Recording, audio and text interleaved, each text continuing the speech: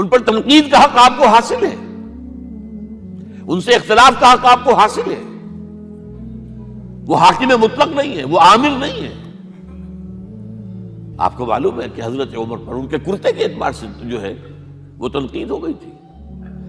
تنقید کرنے والا کون تھا؟ سلمان فارسی رضی اللہ تعالی عنہ، جن کے بارے میں حضور نے فرمایا سلمانو منا اہل البیت، یہ تو ہمارے اہل بیت میں سے ہے، اتنا قریب. حضور حضرت عمر خطبہ دے رہے ہیں اور وہ کہتے ہیں کھڑے ہو کر لا سمع ولا طاعہ، نہ سنیں گے نہ اطاعت کریں گے. کلمہ بغاوت ہے. تو کوئی ناگواری کا احساس نہیں. مجمع عام میں بات ہو رہی ہے. کیوں کیا بات ہے؟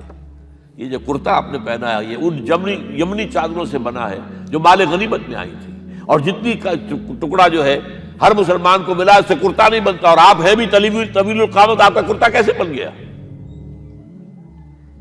فرماتے ہیں کہ عبداللہ سے، اپنے بیٹے سے، عبداللہ ابن عمر رضی اللہ تعالیٰ عنہ، عبداللہ تم وضاحت کر دو.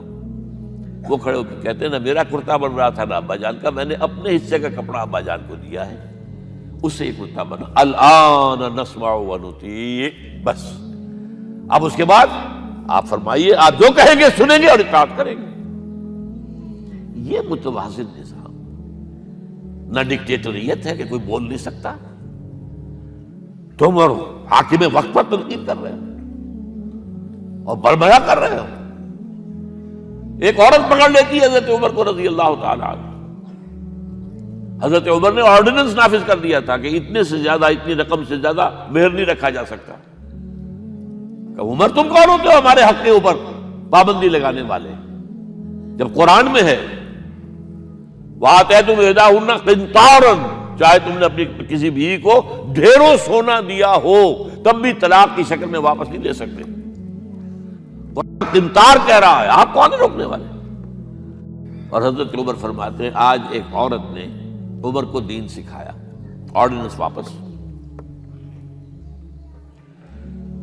اسی طریقے کا معاملہ حضرت عمر کا یہ اجتہاد تھا کہ یہ جو زمینیں اتنی بڑی بڑی جو ہے سواد، عراق، ایران، مصر سب فتح ہو گئے، چند ہزار صحابہ.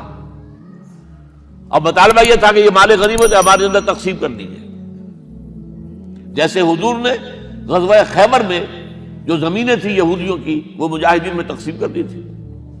دلیل موجود، دلیل بھی سنت رسول سے ہے صلی اللہ علیہ وسلم. حضرت عمر کی حکمت کچھ اور کہہ رہی ہے. یہ بات تو میں اپنے انداز سے کہہ رہا ہوں کہ اگر ایسا ہو گیا تو تاریخ انسانی کی سب سے بڑی جاگیرداری قائم ہو جائے گی. کتنے بڑے بڑے رقبے جو ہے صحابہ کو مل جائے گا. لیکن انہوں نے جو بات بیان کی وہ یہ تھی اگر یہ سارا تقسیم ہو گیا تو بعد میں آنے والوں کے لیے کیا رہے گا، اور جو فوجیں اب ہمیں پورے نظام کے لیے رکھنی پڑے گی ان کو کون سپورٹ کرے گا، ان کے لیے کہاں سے خرچہ آئے گا. تو انہوں نے طے کیا کہ یہ مال جو ہے مال فے ہے، یہ بیت المال کا ہے. جو مال غنیمت ہے وہ صرف وہ ہوگا جو عین محاذ پر حاصل ہوا ہے. ہتھیار ہیں یا بھیڑیں بکریاں ہیں یا اور جانور ہیں، یا وہاں پر جو پکڑے جائیں گے قیدی وہ غلام ہوں گے، وہاں پر اگر عورتیں ہوں گی پکڑی جائیں گی، چریتیں ہوں گی. یہ نہیں کہ پورے ملک جو ہے وہ غلام بنا دیے جائیں اور پورے ملک کی جو زمینیں تقسیم کر دی جائیں. بعض صحابہ کھڑے ہو گئے نہیں. اب حضرت عمر نے ٹریبونل قائم کیا ہے. 5 صحابہ اوس میں سے، 5 خزرج میں سے بیٹھ جائیے. وہاں اپنا بھی وہ پیش کیا نقطہ نظر، باقی انہوں نے بھی کیا. وہ ٹریبونل نے فیصلہ کیا کہ عمر کی رائے صحیح ہے رضی اللہ تعالیٰ. یہ نظام سید القوم خادمہم، یہ اگر کوئی کہتا، اگر یہ مثالیں نہ ہوتی تو کہتے کیا تمہارا دماغ خراب ہوا ہے، یہ شاعری تو تم نے اچھی کر دی ہے. سید القوم خادمہم کبھی ہوا ہے؟ لیکن عمر نے بن کے دکھایا ہے. رات کے گشت پر ہے اور ایک عورت کے کراہنے کی آواز آئی ہے. معلوم ہوا کہ درد ذہن میں مبتلا ہے اور کوئی اس کے اٹینڈ کرنے والی کوئی خاتون نہیں ہے. گھر سے گئے ہیں، فرسٹ لیڈی اپنی اہلیہ کو لے کر آئے ہیں، انہوں نے اٹینڈ کیا ہے. اور اس کے بعد بچہ ہو گیا تو اندر سے ان کی اہلیہ کا امیر المومنین مبارک ہو بیٹا ہوا ہے. ایک اور دفعہ اسی طریقے سے گشت پر تھے، ایک گھر میں سے بچوں کے رونے کی آواز آئی.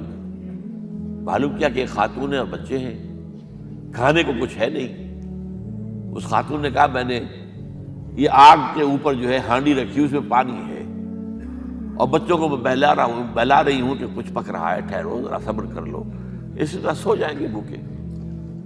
کانپ گئے حضرت عمر، گئے بیت المال سے اور بوری گندم کی لے کر اپنے کندھے پر، اپنے غلام سے کہا میرے کندھے پر رکھو، اس نے کہا میں لے چلتا ہوں حضور۔ نہیں، قیامت کے دن تم میرا بوجھ نہیں اٹھا سکو گے۔ اور وہ اپنے کندھے پر لاد کر لائے ہیں اور وہاں کھانا تیار کروایا، بچوں کو کھلایا ہے۔ یہ نظام، یہ ہے رحمت للعالمینی کا مظہر۔ یہ جان لیجئے سیرت محمدی صلی اللہ علیہ وسلم کے جب آپ مطالعہ کرتے ہیں کہ وہ سارا انقلابی جدوجہد کا دور ہے، اس میں ابھی نظام کی جو خوبیاں ہیں وہ پورے طور پر سامنے نہیں آئی تھی۔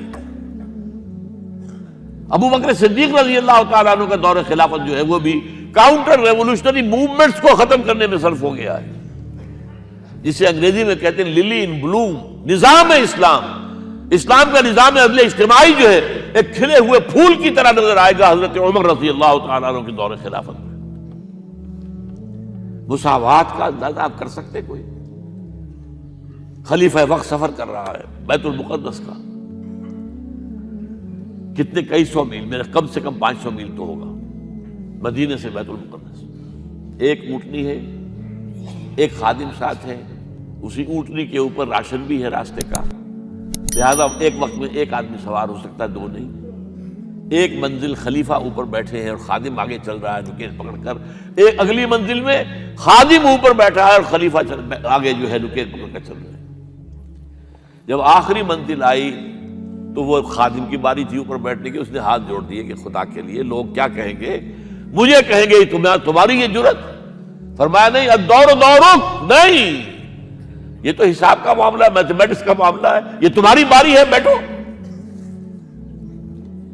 یہ بلندیاں، یہ عظمتیں، یہ عدل، یہ انصاف، اور پھر یہ کہ بوریا نشین، کوئی محل نہیں۔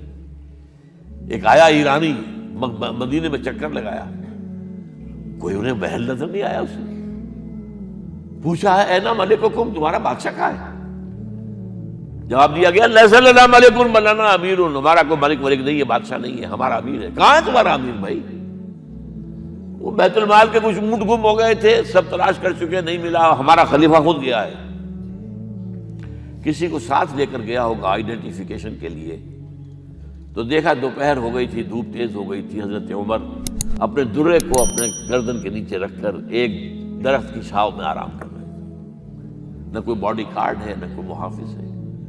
انہیں وہی کھڑے ہو کر کہا اے عمر، تم انصاف کرتے ہو تو تمہیں کوئی ڈر نہیں ہے، اور ہمارے بادشاہ خون پیتے ہیں لوگوں کا، وہ کانپتے رہتے ہیں، انہیں اونچی اونچی فصیلیں چاہیے، بڑے بڑے فوجی چاہیے، انہیں تو بہت اسکواڈز چاہیے کہ جو ان کی حفاظت کریں۔